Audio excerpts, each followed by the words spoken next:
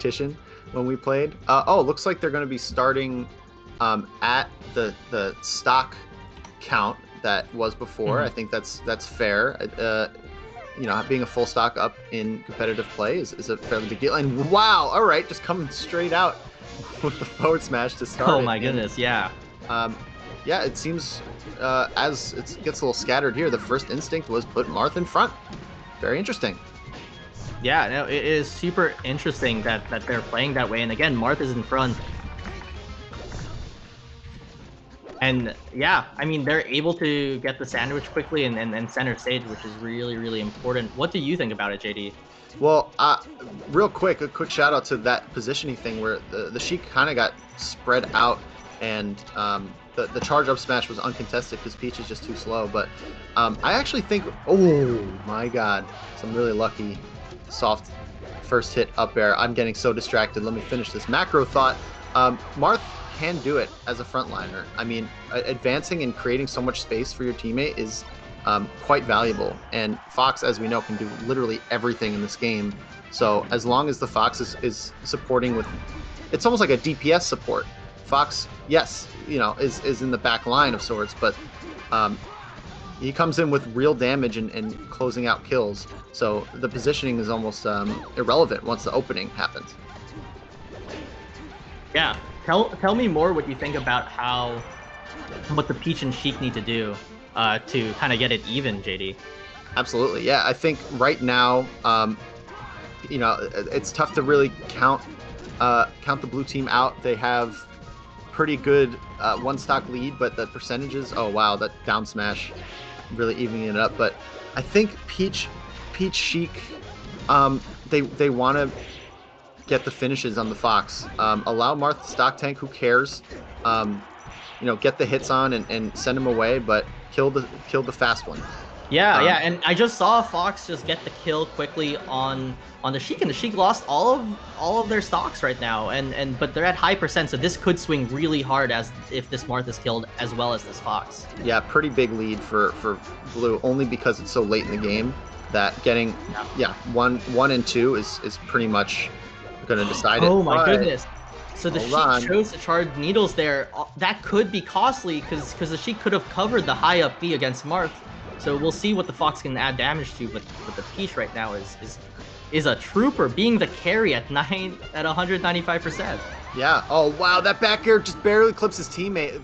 Interesting dynamic. They could have given off nairs to the Peach, having the Peach survive while they 2v1 the Sheik, but now a fresh stock from Peach. Now we have to see what this Fox can do to bring it in, and it doesn't look like it's going to be possible. Just the Peach is too healthy. Yeah, I like that. She covers ledge, Peach covers stage. This is good. What we want to see from the Fox in this 2v1 situation is really not a lot of laggy moves or laggy movement. You know, we need to see quick stuff, but the ledge dash kills him. Yeah, tough way to end it, but the 2v1 looked pretty clean from both sides. It's tough as Fox to play any 2v1. You know, unfortunately, we always have to take that seriously because Fox can beat every team comp by himself theoretically, and so it's always interesting to see how they close it out. But yeah, back to when, you know, it was more even 2v2 type stuff. I saw a lot of really fast damage coming from the Peach Sheik. It's exactly the type of thing they need to go for. No long strings, no crazy edge guards, no, you know, anything besides their bread and butter is unnecessary. They just want to get in there, have one hitbox lead to the next hitbox. Okay. Yeah, yeah. The way it turned out so quickly, and it was again that quick damage. Again, it's a race to get stocks, a race to build damage. I love the Fox right now as being the carry. The Marth just jumped in to save him. Fox jumps right back in to be the carry as well, with the blue team just trying to hold stage and eke out of the ledge, because they are cornered and they don't have a lot of space to maneuver. Yeah, well, I noticed that they switched to Marth when the percents were higher. I believe that's because crouch cancel is way less on the table, and the fair will set up for more combos. Oh my god. Oh my god. Amazing awareness. Oh, amazing awareness with that air. Insane. That's the juice of why, you know, Fox Marth is one of the best teams in the world. Just yeah, they're traveling they're in Italy right now. They're smurfing. Yeah. Okay, I love this. I love this. Just the Fox holding Sheik on ledge so that the Marth could get even not grapple damage, jab pun, like, what is it when you pound damage on the grab? Thank you. Sorry about that. Pummel. Pummel. Yeah, this shows I'm still new. I don't pummel. That's all right. You tech chase, you don't pummel. Yeah, you tech chase.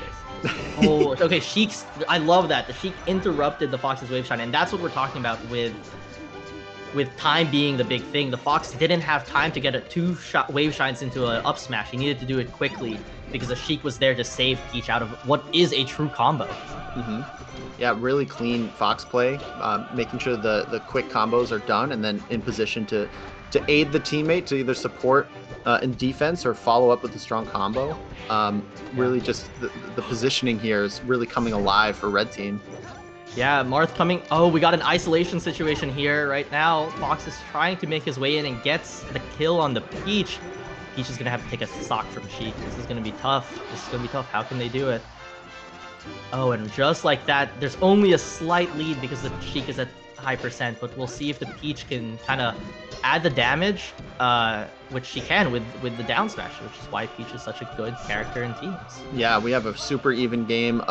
Even with the slight stock lead, the percentages are really scary, starting to really build up. And we'll see if this Peach can stay alive, coming down with the down smash. Oh, I know. Oh my god, hit after hit. Juggle City. The Fox edge guard? Oh, that's it. Okay, they have a chance now. They have to kill Marth. Marth is doing the Mewtwo King thing. Oh my gosh, that was crazy. Can she get the save? Combo. No, this is looking really tough. It all swung with that. Oh my goodness. Oh my. All right, goodness. There's an out here. Martha's high percent, and then out, and there is Stadium, JD. There is. We are on Stadium, and there is an up smash. Well, it's possible. We don't know.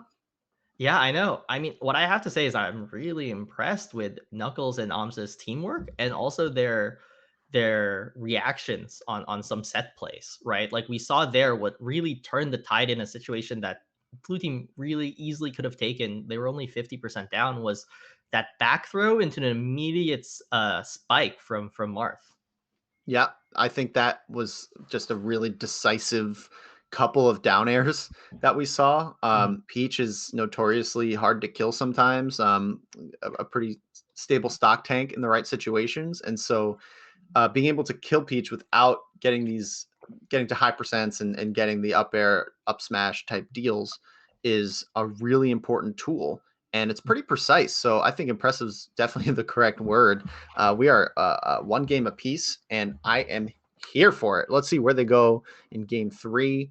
I will not even touch counter picks. That's just too much for me to process right now. So we'll see what we get.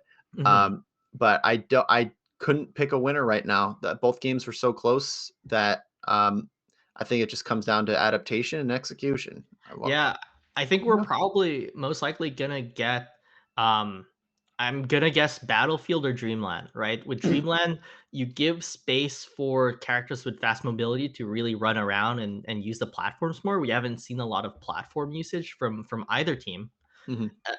Or Battlefield, which nerfs Fox's recovery. And it looks like we are going to Dreamland. So they are trading it being harder to hit both the Fox and Marth for survivability of the stage. Well, they might have quit out because it was an accident. So let's keep all options on the table. But I think Dreamland is pretty intuitive here.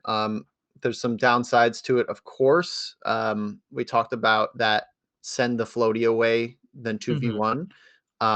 That's a bigger factor on bigger stages.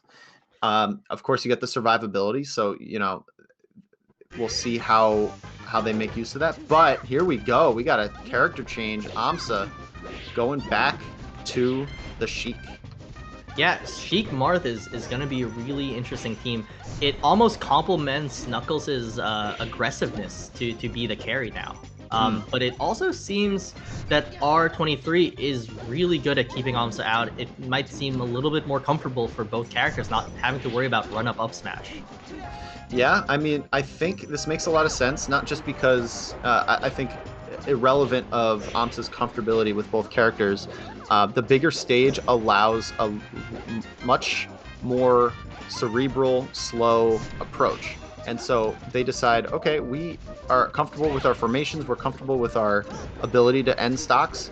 Um, let's get the Sheik in here and maybe not allow the quick gimps, the really strong punishes that Fox would die from. Sheik is probably a little more durable. Yeah, I do love that insight. I just realized that this is most likely a stage counter pick. Great save, by the way, with Needle.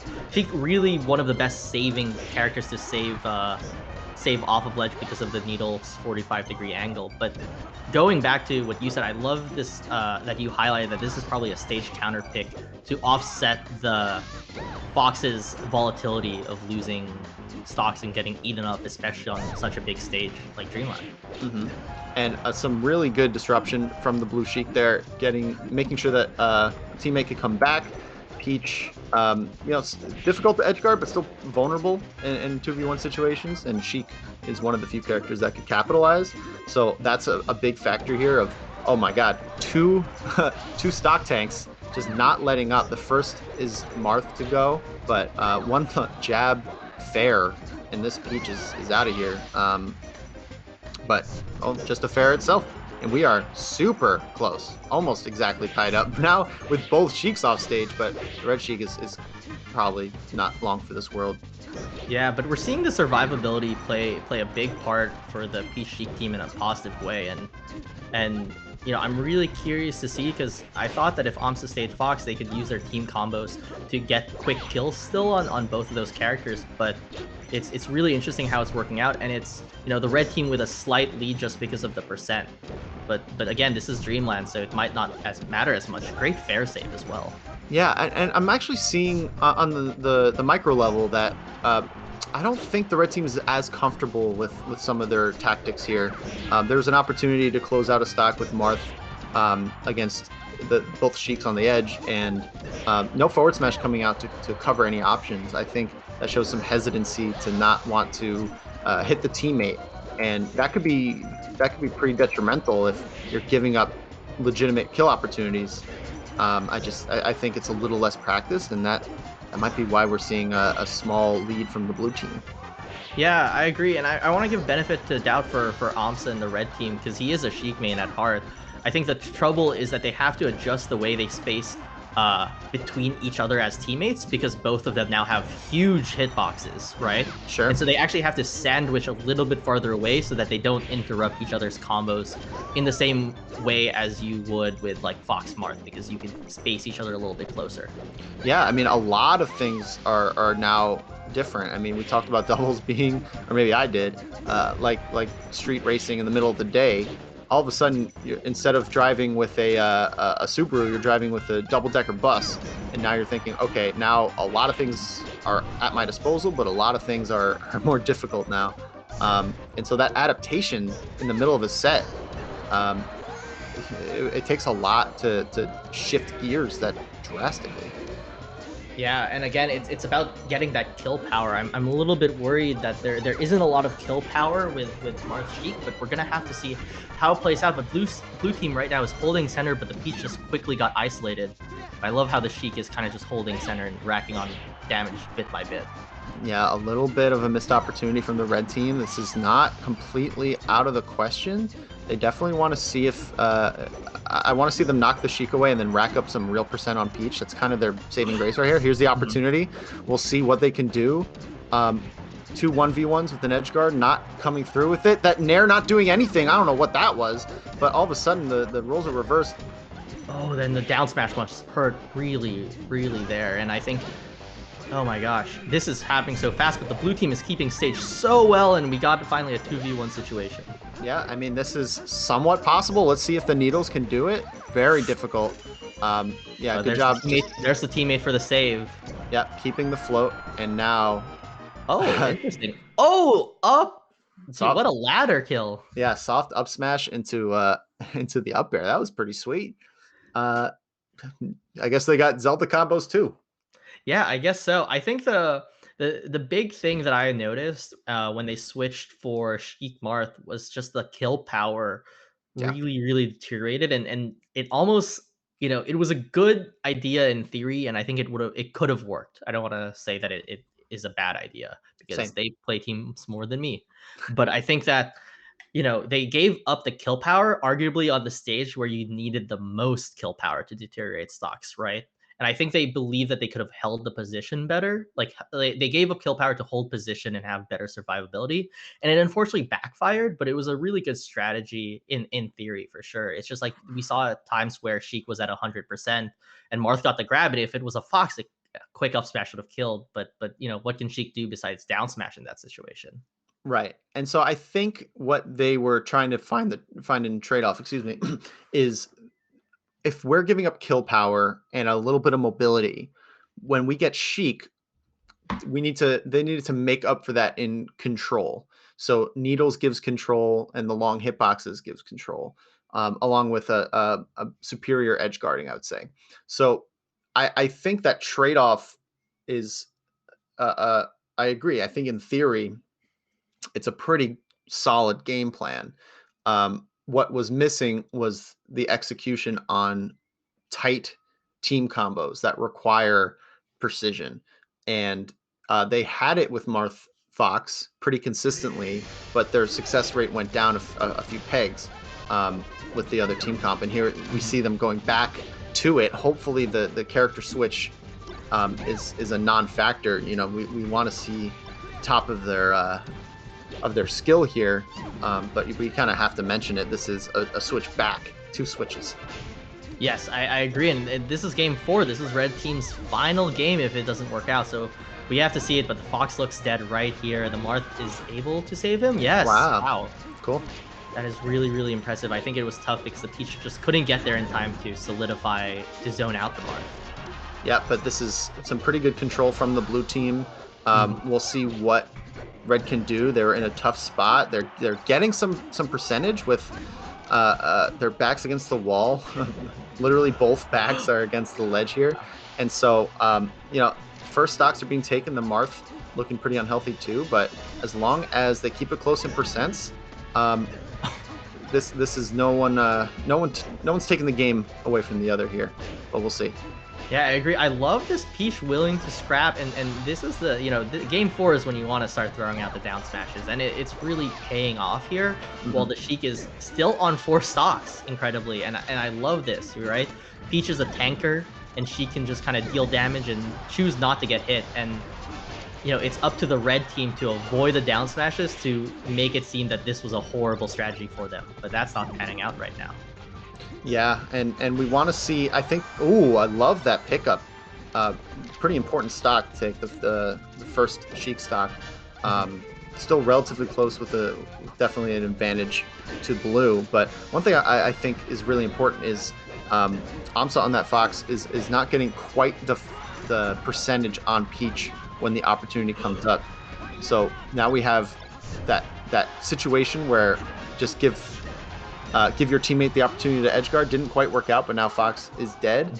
And blue team's starting to really run away with this. These stocks gotta go if red stands a chance. That was amazing awareness for the blue team. I just wanted to highlight that the minute that the Fox dropped from the Angel platform, that invincible Fox is the worst thing you can have in teams, and they immediately backed off from the Marth, who was just staying on ledge. So great awareness from the blue team. I'm really impressed by that. Oh my God, some crazy Fox movement from Amsah here. But again, just constant pressure, constant percent coming in, and now a little team combo opportunity before Fox comes back. I don't know, man. This is a tough situation. The Marth is gone. This is arguably almost impossible, but never impossible in Melee. Well, it's never impossible with Fox. That's true. But he's gonna. Ooh, wow, great switch. And the trouble here is that Fox has a lot of percent, and we might see a combo to end the game right here. They set up the position well. I admire your capacity for giving Fox some love here. This is done, dude. Yeah, of course. But even if it doesn't work out, it's still really, really important experience for those 2v1 situations. And I think, yeah. I mean, I said near impossible, but who knows? Sometimes players get into a flow state where it can go crazy. But We're talking too much about the red team. We should talk about the victors right Yeah, now. that was Blue team. some very impressive Sheik Peach. They stuck to their guns. They, as hard as it is to switch characters, it's also pretty rattling to have characters be switched on you. And I think what they did really well was kind of adapt to the new situation. Some things they would do against Fox, namely throw out some down smashes and um, try to anticipate opportunities to really like dash attacks too. I saw slow down when the Mhm. Sheik came out. They're just less effective against that character, and so I think that was really impressive. I thought their combo games across all of the games was on point, pretty devastating at times, and um, yeah, their ability to put these really strong hitboxes out and kind of showcase why Sheik Peach is so strong. You just kind of put the hitboxes out and carry them and not hit your teammate. Easier said than done, and they executed very well. Yeah, I agree with that. I was most impressed with Vanity Angel and R23's discipline to not break their position for like off rip, right? Like I think when they broke position, it was either because something their opponents were doing or because it led to a favorable thing. But when they could hold position, they held it really well, and that made it super difficult for the Foxes especially. I mean, and I think it also created more time for them as well, right? Like time is the most valuable resource in team, unlike in singles, right? Like we see people camp and run around and move from side platform to top platform to side platform to top platform again. But Sure. in teams, you can't do that. And I think that holding that tight position between Sheik Peach allowed them to like quickly get their combos in, build on Fox, and then get edgeguard situations without losing any defensive structure. Yeah. First off, at me with that platform talk. I don't want to hear that anymore about singles. And yeah, You're you're proud of it absolutely when you right. win about when you win using the side platform, you brag. So this is the other side of it. For sure. Whatever, man. Uh, but yeah, dude, timing and utilizing that, it's almost obvious when you're playing because you see the threats. And so as long as you're aware of where everyone is at one time, the timing will kind of fix itself. But it's a lot of kind of reprogramming your brain sometimes where you want to go for this like shine wave shine across stage or sit back and do lasers, like these things that when we're in singles we do as like, okay, let's fall back, let's reassess, let's do some techniques here, um, to be safe. You need to throw every single one of those out of the window and restart. Like, okay, maybe full hop nair is good in doubles, but throw it out first, revisit why is it good, and that's what makes good doubles play really impressive, is that you almost have to put on a completely different set of goggles and view the game completely differently because yeah, your muscle memory is not going to do it for you.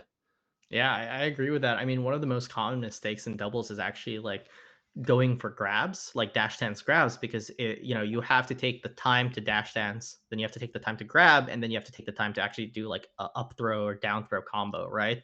And in that span, so much can happen. Your partner could get isolated and edge guarded, or someone can come down from invincibility and break it up. Mhm. And sometimes it's almost like with doubles, you have to just immediately hit them with whatever you can do in that situation. I mean, we see really great teams play. Like shout outs to Darktooth and Kaon, but it makes sense why Darktooth just full hop nared, right? It's Sure. because it hit immediately and it comboed into something. And if he had time to soft hit nair into up smash, that's great. If he didn't, then he saved Samayo after a miss shine spike, right? And I think really good doubles play can operate in that speed.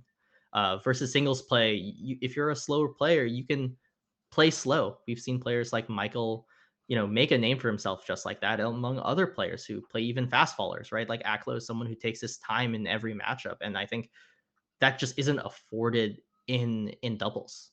Yeah. Yeah, you definitely need to have that top speed, but you don't want to be going top speed unless very specific team comp or matchup or something calls for it, where you're like, I'm going to go top speed this entire time. Some foxes can get away with that, but realistically, you're changing gears constantly. You're assessing what's going on. Do my eyes deceive me? This is the exact same matchup, isn't it?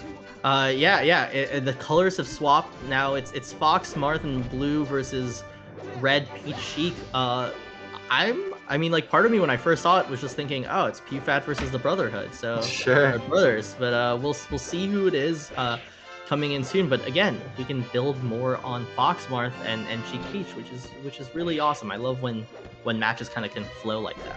Yeah, I definitely want to explore this more because, as I said before, there's so much going on in dubs at any one any one time that, like, again, we are students of this game, and even more so, we're students of commentary, and even more so, we're students Doubles. of doubles commentary. So we're learning as we go. So thank you everyone for